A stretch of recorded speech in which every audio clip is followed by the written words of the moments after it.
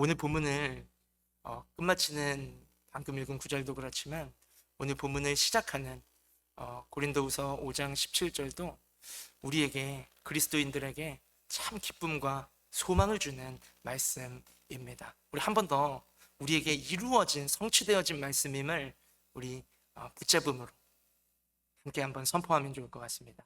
우리에게 이루어진 말씀 함께 읽겠습니다. 시작. 그런즉 누구든지 그리스도 예수 안에 있으면 새로운 피조물이라 이전 것은 지나갔으니 보라 새 것이 되었도다. 아멘. 말씀하시기를 새 것이 될 것이다 하지 않으시고 오지 않은 일을 말하는 것이 아니라 보라 새 것이 되었도다 라고 이루어졌음을 선언하는 말씀입니다. 이 말씀대로라면 예수님을 구주로 영접한 우리는 이미 옛것이 지나갔고 예수님 안에서 새 생명, 흔들리지 않고 빼앗기지 않는 영원한 생명을 가진 새로운 피조물인 줄로 믿습니다. 새로운 피조물이 된 우리에게는 주신 권세가 있다라고 말씀하시는데요. 그 권세에 대해서는 이어지는 18절 상반절이 이렇게 말씀하고 있습니다. 모든 것이 하나님께로부터 났으며 그가 그리스도로 말미암아 우리를 자기와 화목하게 하시고, 우리를 하나님께로부터 난 자라고 말씀하시며 하나님께서 그 아들 그리스도로 말미암아 우리들을 하나님 아버지와 화목하게 하셨다라고 말씀하고 계시죠. 혈통으로나 육정이 아니라 오직 하나님께로부터 난 새로운 피조물. 우리에게 주신 권세는 무엇이라고 말씀하고 계십니까? 하나님과 화목하게 되었다라고 말씀하고 있습니다. 이것은 마치 누가복음 15장에 집을 떠나서 방황하던 아들이 끝끝내 발걸음을 돌이켜 다시 아버지의 품으로 돌아와 아버지와 자녀의 관계가 회복되어지는 장면을 떠올리게 하죠. 이것이 화목입니다. 예수 그리스도 안에서 우리는 모든 죄와 죄의 책임으로부터 용서를 받았을 뿐만 아니라 약속하신 성령이 우리 안에 내주하셔서 성령 안에 있는 우리의 입술은 하나님을 아빠, 아버지라고 부를 수 있게 되었고 하나님의 자녀가 되는 권세를 얻었다. 이것이 화목입니다. 화목은 우리에게 주신 최고의 선물입니다. 그러나 많은 그리스도인들은 여기에만 머물러 있습니다. 예수 그리스도를 내가 믿어 내가 죄 용서받고 내가 하나님을 나의 하나님 나의 아버지라 부르며 하나님과 나 사이에 화목을 누리는 신앙생활에 머물러 있을 때가 많습니다. 그런데 여기에만 머물러 있다 보면 이상한 점이 있습니다. 분명히 하나님을 아버지라고 부르고 있고 기도하고 있고 예배하고 있고 때마다 나를 도우시는 하나님의 손길도 경험하고 있고 그러나 마음 한구석에는 여전히 허전하고 메말라 있는 것이 이상한 것이죠. 역설적이게도 하나님의 자녀의 권세를 가졌지만 하나님과 화목하게 되었지만 그 권세를 온전하게 누리고 있지 못하다는 것입니다. 그러니 하나님과의 관계도 가까운 듯 하다가 이내 멀게만 느껴지고 그렇게 반복되어지는 인생. 이 지점에서 우리는 우리에게 주신 권세는 받았음에도 그 권세를 온전히 누리며 살아가고 있지 못하는 이유를 행여 우리에게 주신 권세와 함께 맡겨주신 직분을 놓치고 있지 않은지를 오늘 점검해 보기를 원합니다. 오늘 본문 18절 하반절을 보시면 새로운 피조물이 된 우리에게는 주신 권세도 있지만 주신 직분도 있다는 것을 알 수 있습니다. 우리 18절 전체를 제가 한번 읽어드릴게요. 모든 것이 하나님께로부터 났으며 그가 그리스도로 말미암아 우리를 자기와 화목하게 하시고 또 우리에게 화목하게 하는 직분을 주셨으니 라고 말씀하십니다. 권세는 나와 하나님 사이에 이루어진 화목입니다. 예수 그리스도와 함께 하나님 나라의 상속자가 되었고 하나님의 독생자이신 그 아들이신 예수님과 함께 우리도 하나님의 아들들이 되었으며 자녀의 권세를 누리는 이것이 우리가 예수님을 통해 받은 화목의 권세입니다. 그런가 하면 한 걸음 더 나아가 우리에게 맡겨진 직분은 하나님과 화목하게 된 나를 통해서 내가 속한 공동체가, 하나님과 화목하게 된 나를 통해서 다른 사람들이 하나님과 화목하도록 묶어주는 것이 화목의 직분입니다. 화목의 권세는 화목의 직분과 함께 주어진 것입니다. 모든 권세는 본디 책임과 함께 주어지는 법입니다. 높은 자리에는 높은 자리에서의 책임이 따르게 되어 있습니다. 많은 자원과 인력을 관리하는 자리라면 그 모든 것들을 돌아보아 보살필 책임이 있습니다. 어린아이는 뒤를 돌아보지 않습니다. 어린아이는 내 앞에 있는 것을 달라고 권리만 주장할 수 있습니다. 그러나 성인이 된다는 것은 권리에 뒤따르는 책임을 질 줄 아는 모습이 어른이다 할 수 있습니다. 믿음의 장성한 분량도 마찬가지입니다.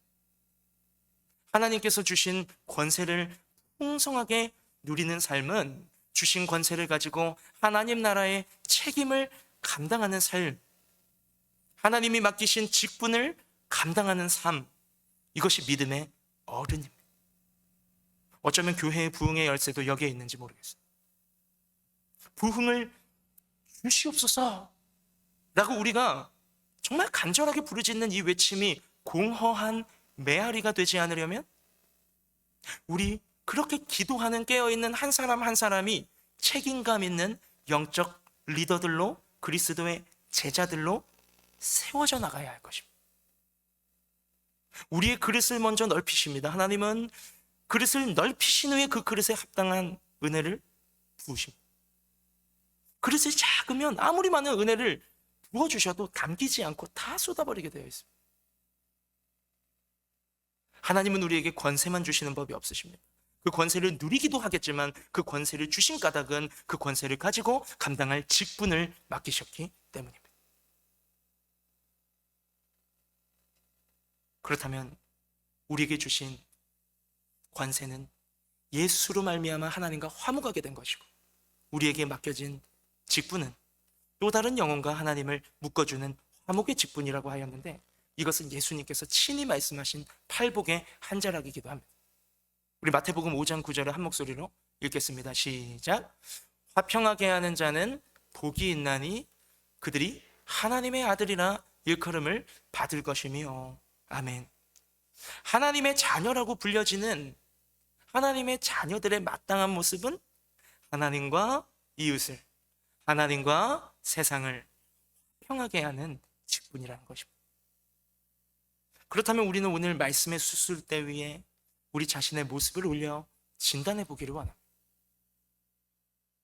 우리는 예수 그리스도 안에서 하나님과 화목하게 되었습니까? 죄사함과 성령으로의 거듭남과 하나님을 아버지라 부르는 자녀의 권세를 확신하십니까? 그렇다면 한 가지 더 질문하겠습니다.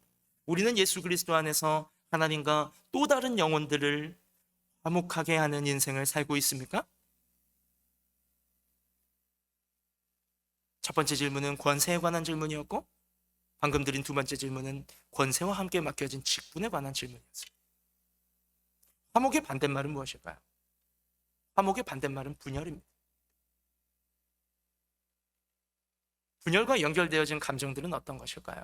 분열과 연결되어진 감정들은 미움과 시기와 질투와 탐심과 분열과 연결되어진 태도와 행동들은 어떨 것일까요?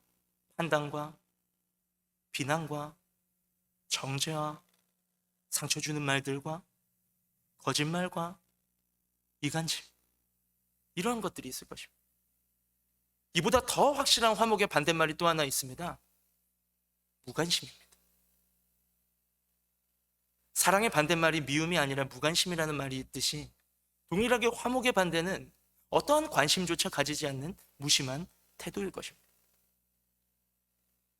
무관심의 중심에는 언제나 나 중심성이 존재합니다. 내가 중요한 것이죠. 예, 물론 무관심을 품은 채로도 누군가를 사랑하는 것처럼 비춰지고 보여질 수도 있습니다. 가족이라든지 아끼는 동역자들이라든지 가깝게 지내는 친구들도 존재할 수 있습니다. 그러나 더 자세하게 들여다보면 무관심으로서 그러한 섬김과 화목하게 하는 어떤 섬김과 사랑과 그러한 바운더리가 보여지는 그 삶을 더 자세히 들여다볼 때 그것의 진위성은 어디에서 알 수 있을까요? 가깝게 지내는 사람들이 다 그냥 내가 좋아하는 사람들이거나 나를 좋아해 주는 사람이거나 내가 바라는 것들을 가지고 있거나 나에게 유익을 줄 수 있는 관계들. 만약에 그렇다고 한다면 그것이 화목하게 하는 직분을 감당하는 삶이라고 할 수 있을까요? 아니요. 여전히 중심은 무엇입니까? 확장된 의미의 나 자신입니다.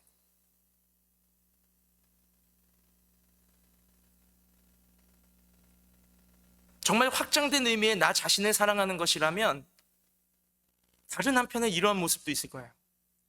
아무리 가족이라도, 또 아무리 공동체에 소속된 일원이라도, 아무리 직장 동료라도, 아무리 같이 살고 있더라도, 물리적 거리가 가까울지라도 심리적 거리는 여전히 멀어져 있고, 아니 단절되어 있고, 전혀 돌아보지 않는 영혼이 존재하고, 돌아볼 마음도 없고, 그렇게 우리의 무관심의 영역에 여전히 놓여있는 영혼들이 우리의 가까운 거리에서 외로워하고 있다면, 우리가 실천하고 있다고 믿었던 관심과 사랑과 화목의 노력들은 아주 얕은 수준.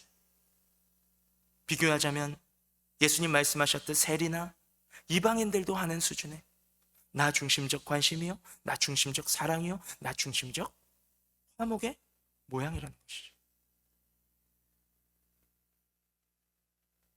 그렇다고 한다면 우리는 나 중심적인 제한적 관계 속에서 관계하고 사랑을 주고받는 그 화목의 시도들의 모습들은 어쩌면 예수 그리스도의 십자가를 통해 죄인이었던 나와 하나님과 원수였던 나와 하나님 사이를 당신의 생명으로 화목하게 하신 그 십자가의 은혜, 그 화목의 은혜와는 결이 다른 이 세상의 수준의 이야기로서의 사랑과 관심과 화목을 이야기하고 논하는 것일 수가 있습니다.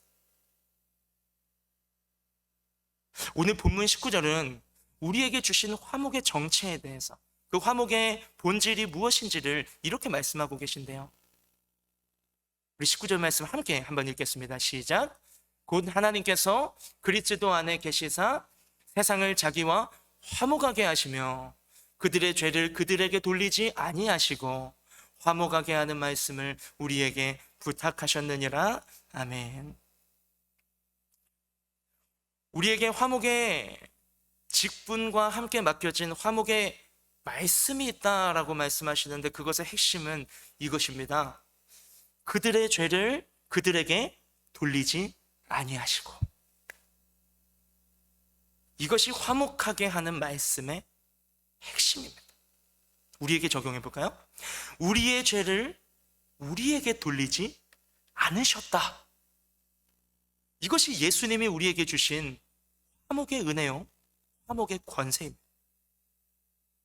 그렇게 우리가 화목의 직분을 감당할 대상에는요, 나와 잘 맞고 가깝고 상호 호감적인 관계를 가진 동역자들도 사랑해야 되지만 그것을 넘어서서 나와 죄인인 관계, 나에게 비호감적인 관계, 도리어 나에게 피해를 끼친 관계, 나와 껄끄러운 관계, 모든 깨어져 있는 모든 종류의 관계들, 예수님께서는 이렇게 말씀하셨어요. 스스로 건강한 자에게는 의사가 쓸모없다.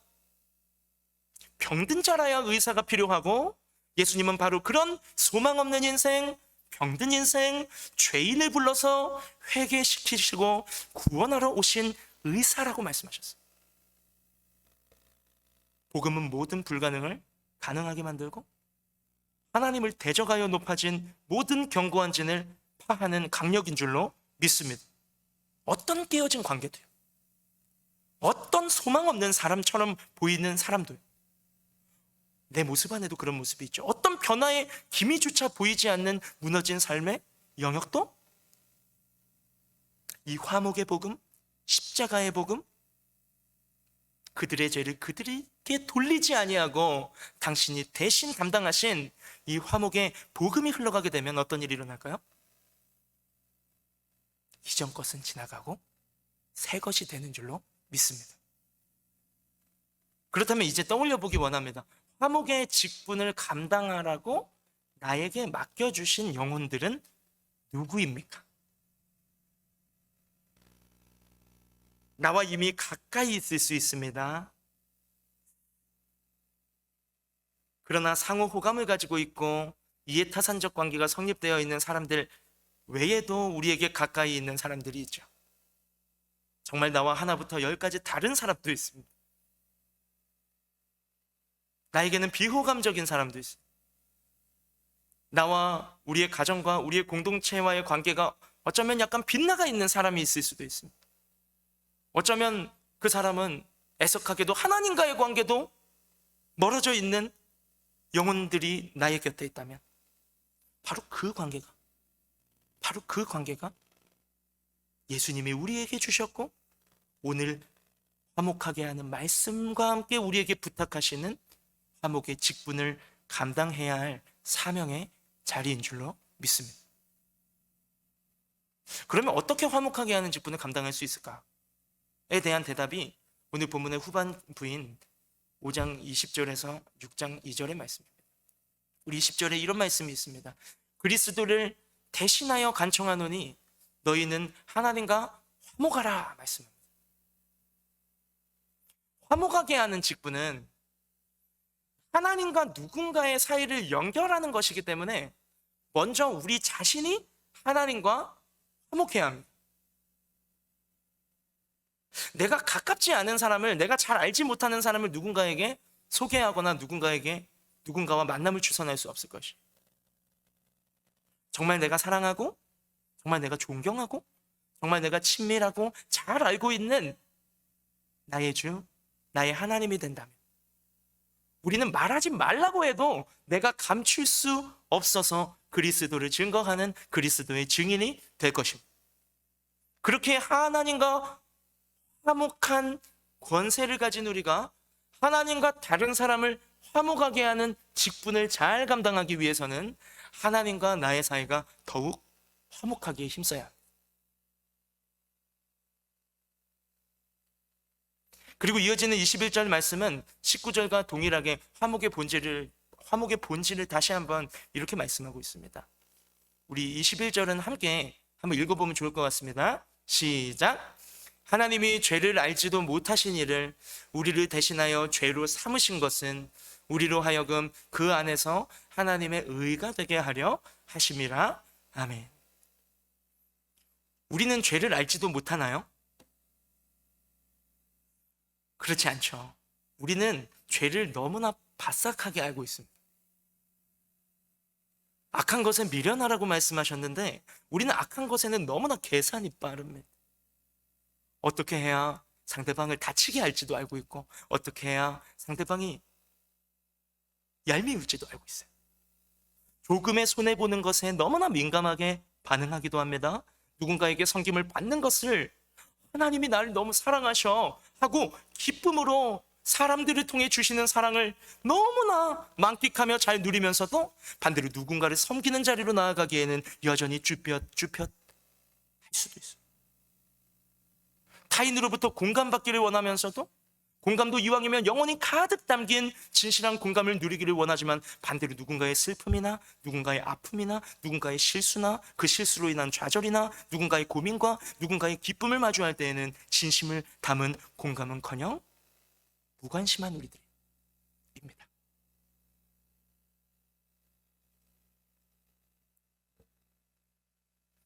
이것이 우리의 죄악된 본성입니다. 우리는 우리의 죄성을 너무나 잘 알고 있습니다. 죄를 죄인 줄 모르고 살던 옛사람이었을 때와는 전혀 달라진 입장이죠. 지금은 예수를 구주로 영접하고 성령으로 거듭난 새로운 피조물이 된 이후로는 어쩜 그렇게 나의 죄가 죄로 느껴지는지, 심지어는 생각과 마음으로 짓는 죄마저도 잘 박힌 목과 같이 양심을 깊이 찌릅니다. 그래서 죄를 고백합니다. 돌이켜 선을 행해보려 합니다. 노력은 해보지만 선을 행하려는 원함은 있지만 선을 행할 능력이 없는 우리의 불의하고 불안한 본성, 이것을 부인할 사람은 아무도 없을 것입니다. 이것은 저의 이야기거든요. 그렇게 우리가 붙잡아야 할 유일한 소망이 있다면 그것은 그리스도의 의, 그리스도의 의입니다.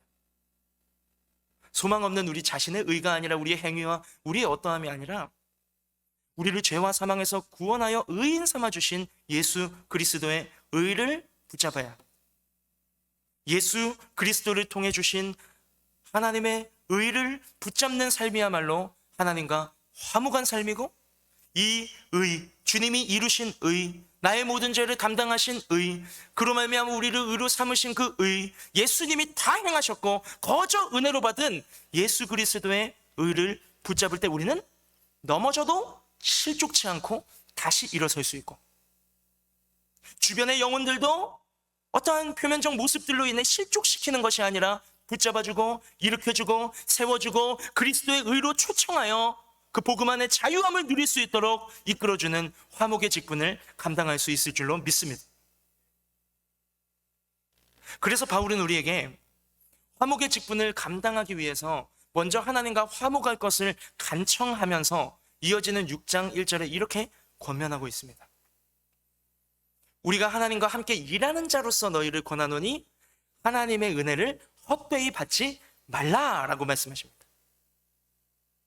하나님과 화목하기 위해서는 우리의 시선을 나 자신으로부터 돌이켜 하나님의 은혜를 붙잡고 하나님의 은혜를 바라보아야 합니다.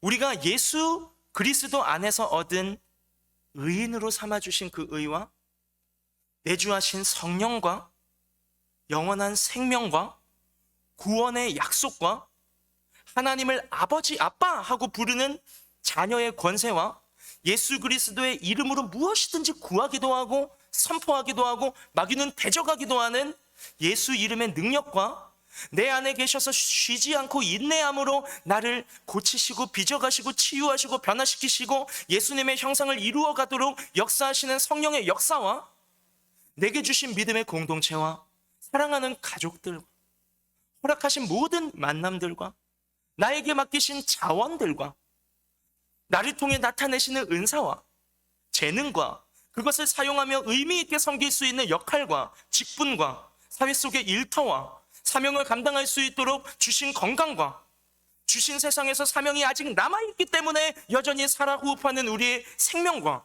우리의 삶의 모든 것은 오직 우리 주 예수 그리스도 안에서 우리에게 값없이 주신 하나님의 선물이요 하나님의 은혜인 줄로 믿습니다. 이 은혜를 헛되이 여기지 않는 것, 은혜를 붙잡고 은혜를 기억하며 은혜에 감사하며 더욱 은혜를 간구하는 삶을 살아갈 때 우리는 하나님의 손길을 경험하고 하나님과 더욱 화목한 삶으로 나아가게 될 줄로 믿습니다. 그래서 오늘 본문 마지막 6장 2절은 주님이 두 팔을 활짝 벌리고 넓은 품 안으로 우리를 부르시는 주님의 음성이다 라고 말할 수 있겠습니다. 우리 마지막 이 말씀, 오늘 이 밤 주께서 우리를 부르시는 음성으로 약속의 말씀으로 받으며 함께 읽고 마무리하도록 하겠습니다. 시작. 이르시되 내가 은혜 베풀 때에 너희에게 듣고 구원의 날에 너희를 도왔다 하셨으니 보라 지금은 은혜 받을 만한 때요 보라 지금은 구원의 날이로다. 믿으십니까? 은혜 받을 때와 구원의 날이 언제라고 말씀하고 계시죠? 보라 지금이라 말씀하고 있으십니다. 오늘 이 밤에 우리가 하나님을 구하고 찾을 때 하나님과 화목하기로 결심하고 나의 있는 모습 그대로 주님 앞으로 나아갈 때 하나님 우리의 기도를 들으실 것입니다. 반드시 우리를 도우실 것입니다. 우리를 구원하실 것이고 은혜를 베푸실 줄로 믿습니다. 기도의 자리로 나아가 이 주신 약속의 말씀을 붙잡고 이 말씀 위에 나의 모든 삶을 한번 올려드려 보시는 이 밤이 되기를 원합니다. 이 말씀 위에 나의 삶을 한번 올려드려 보는 것이죠. 죽을까요, 살까요? 좋은 일례가 있습니다. 이것을 임상 실험의 결과라고 하죠. 하나님의 말씀대로 하나밖에 없는 아들을 정말 의구심이 가득하지만 하나님의 약속을 믿음으로 제단 위에 올려놓고 칼을 든 장본인이 있었어요. 누구죠? 아브라함입니다. 그러나 그 아들 이삭을 하나님이 죽이셨습니까? 살리셨습니까? 살리셨어요. 우리가 오늘 이 주신 말씀 위에 우리의 삶을 올려드리는 것입니다. 그러면 어떤 일이 일어날까요? 좌우에 날선 어떤 검보다도 예리한 성령의 검, 곧 하나님의 말씀이 나를 살리는 메스가 되어서 우리의 영과 혼과 관절과 골수를 찔러 쪼개고 생각과 마음을 감찰하시고 고치시고 회복시키시고 되살리시고 일으키셔서 앞으로 전진하게 하시는 은혜의 밤이 될 줄로 믿습니다. 바르게는 우리의 인생이 하나님의 은혜를 간절히 구하며 하나님과 화목하기에 힘쓰는 인생이 되어서 우리의 여전히 묶여있는 삶의 영역 가운데, 좁아져 있는 우리의 마음들 가운데, 깨뜨려진 우리의 관계들 가운데 여전히 상처가 트라우마가 되어 나의 삶의 왜곡된 모습들로 누군가를 아프게 하는 그러한 나의 상처 입은 내면의 심령들 가운데 하나님의 구원의 손길을 경험함으로써 하나님과 내가 더욱 화목하게 되어질 뿐만 아니라 우리에게 맡겨주신 믿음의 공동체와 가정과 평안에 매는 줄로 우리에게 허락하신 이 아름다운 관계를 힘써 지키는 우리들이 되기를 소망합니다. 더 나아가서 공허한 마음을 부둥켜 안고 오늘도 죽음을 두려워하며 신음하고 있는 잃어버린 하나님의 자녀들에게로 다가가서 화목의 직분을 감당할 기회가 우리에게 있습니다. 새생명 축제, 그리고 청년들 친구 초청 예배 2주 남았고 2달 남았습니다. 정말 우리가 하나님과 화목할 뿐만 아니라 그 화목의 권세를 붙들고 주신 직분을 감당하는 가장 가까운 믿는 자들에게 더욱 선을 베풀고 우리가 하나 되기를 힘쓰고 또 한 걸음 더 나아가 여전히 공허한 마음 부둥켜 안고 죽음을 두려워하며 신음하는 잃어버린 하나님의 자녀들에게 예수 그리스도께서 나에게 주신 이 모든 은혜를 값없이 흘러보냄으로써 하나님과 화목하게 하는 그 직분을 감당하는 하나님의 리얼 children, 참 자녀들이 다 되시기를 예수님의 이름으로 축복합니다.